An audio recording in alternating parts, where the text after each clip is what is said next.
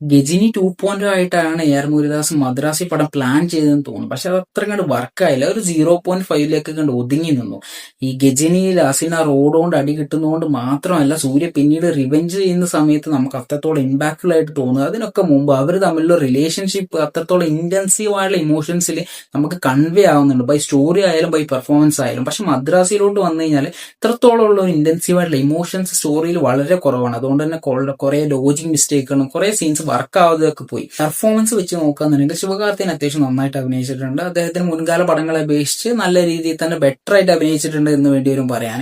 അദ്ദേഹത്തിന് ഒരു back story, അതിലുണ്ടാകുന്ന ഒരു ട്രാജഡി, അതുപോലെ ഉണ്ടാകുന്ന ട്രോമ, ഇതൊക്കെ നല്ല രീതിയിൽ തന്നെ കൺവേ ചെയ്യാൻ പറ്റിയിട്ടുണ്ട്. പിന്നെ ഹീറോയിൻ അത്യാവശ്യം നല്ല രീതിയിൽ തന്നെ അഭിനയിച്ചിട്ടുണ്ട്. മൊത്തത്തിൽ ഒരു ലവ് ട്രാക്ക് മാതിരിയാണ് അങ്ങനെ പോകുന്നതെങ്കിലും ഹീറോയിനുള്ള സീൻസ് വളരെ കുറവാണ്. കിട്ടുന്ന സീൻസിലൊക്കെ കുഴപ്പമില്ലാത്ത ലെവലിൽ ഹീറോയിൻ അഭിനയിച്ചിട്ടുണ്ട്. പിന്നീട് ഒരു പ്രധാന കഥാപാത്രമായിട്ട് വരുന്നത് നമ്മുടെ ബിജു മേനോനാണ്. ഈ കൂലി രജനീകാന്തിനേക്കാളും നാഗാർജുനേക്കാളൊക്കെ കൂടുതൽ കയ്യടി വാങ്ങിയത് സൗബിന്റെ പെർഫോമൻസ് ആയിരുന്നു. അതൊക്കെ വെച്ച് നോക്കുക എന്നുണ്ടെങ്കിൽ ബിജു മേനോൻ ഈ പടത്തിൽ യാതൊന്നും തന്നെ ചെയ്തിട്ടില്ല എന്ന് വേണ്ടിയും പറയാൻ. കാരണം ബിജു മേനോൻ അത്രത്തോളം പെർഫോം ചെയ്ത് വലിപ്പിക്കാൻ പറ്റുന്ന ലെവലിലുള്ള സ്പേസ് ഈ സ്റ്റോറി നൽകുന്നില്ല. ബിജു മേനോൻ റിവെഞ്ച് എടുക്കുന്ന രീതിയിലേക്കുള്ള ഒരു സീനൊക്കെ ഉണ്ട്. ശരിക്കും പറഞ്ഞു കഴിഞ്ഞാൽ ആ സീനൊക്കെ നമുക്ക് ഗൂസ് ബംസ് വരുന്ന ഒരു സീനായിരുന്നു. പക്ഷേ റിവെഞ്ചിലേക്ക് നയിക്കുന്ന ഒരു സംഭവത്തിൽ അത്രത്തോളം ഇമോഷണലി ആ സീനെ കണക്ട് ആക്കാൻ ബിജു മേനോനെ കൊണ്ട് സാധിച്ചില്ല. ഒരു ഇരുത്തത്തിൽ മൊത്തമായിട്ട് സീൻ അടിച്ചു മൂടിപ്പോയി. അതുകൊണ്ട് തന്നെ റിവെഞ്ച് എടുക്കുന്ന സമയത്ത് നമുക്കത് വളരെ ഫ്ലാറ്റ് ആയിട്ടുള്ള ഒരു സീനായിട്ടാണ് തോന്നിയത്. പിന്നീട് ഏറ്റവും വലിയ പോസിറ്റീവ് എന്ന് പറയുന്നത് ആക്ഷൻ സീക്വൻസസ് ആണ്. വിദ്യുത്താണ് മെയിൻ വില്ലനായിട്ട് വരുന്നത്. ഷെബീർ ഒരു വില്ലനായിട്ട് വരുന്നുണ്ട്. നേരത്തെ പറഞ്ഞ സംഭവത്തിൽ ഒരു വില്ലനിക്കായിട്ടുള്ള ചിരി ഇരിക്കുന്നുണ്ട് ഷെബീർ. അതൊക്കെ വളരെ മാസീവ് ആയിരുന്നു.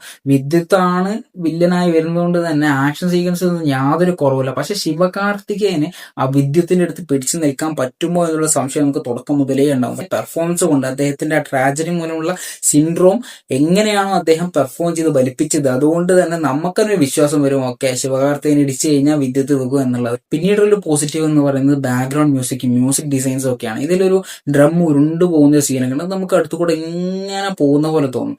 പിന്നെ ഒരു സ്കൂട്ടർ കൊണ്ട് നിർത്തി ചാവി അയക്കുന്ന സ്റ്റാൻഡ്, അങ്ങനെ കുറച്ച് സീൻസ് ഒക്കെ ഉണ്ട്. ക്ലൈമാക്സിനോട് അടുക്കുന്ന സമയത്ത് ശിവകാർത്തികേയന്റെ ഒരു ട്രാൻസ്ഫോർമേഷൻ രീതിയിലുള്ളൊരു പെർഫോമൻസ് ഒക്കെ ഉണ്ട്. അതിലുള്ള ചെറിയ മ്യൂസിക് ന്യൂആൻസസ് അതൊക്കെ വളരെ നല്ല രീതിയിൽ തന്നെ എടുത്തു വെച്ചിട്ടുണ്ട്. പിന്നീട് സിനിമോട്ടോഗ്രാഫി, എഡിറ്റിംഗ്, ഇങ്ങനെയുള്ള ടെക്നോളജീസും നമ്മളെ വളരെയധികം അട്രാക്ട് ചെയ്യുന്നുണ്ട്. ഇതൊക്കെ തന്നെയാണ് ഈ സിനിമ തിയേറ്ററിൽ കാണുന്നതിന്റെ പ്രധാന കാരണം എന്ന് പറയുന്നത്. ഒന്ന് ആക്ഷൻ സീക്വൻസസ് ആണ്, പിന്നെ ഒന്ന് ബാക്ക്ഗ്രൗണ്ട് മ്യൂസിക്സ്, പിന്നെ സിനിമോട്ടോഗ്രാഫി, എഡിറ്റിംഗ് തുടങ്ങിയ സംഭവങ്ങളൊക്കെ തിയേറ്ററിൽ കണ്ടാൽ മാത്രമേ അത്രത്തോളം മാസീവായിട്ട് നമുക്ക് തോന്നുള്ളൂ. ഫോണിലും ടിവിയിലൊക്കെ കാണുമ്പോൾ അത്ര നന്നായിട്ട് തോന്നുന്നു എനിക്ക് തോന്നുന്നില്ല.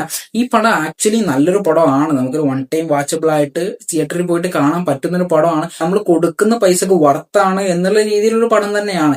ഇതിലെ സ്ക്രിപ്റ്റിലെ ചെറിയ ലോജിക് മിസ്റ്റേക്കുകളും ഇമോഷണലി കണക്ട് ആവാതിരിക്കുന്ന ചെറിയ സീനുകളൊക്കെ ഒഴിവാക്കി നിർത്തിയാൽ by action, by performance, by the music, വളരെ തിയേറ്ററിൽ നമുക്കിത് വളരെ മാസീവായിട്ട് കാണാൻ പറ്റിയ ഒരു ഫിലിം തന്നെയാണ്.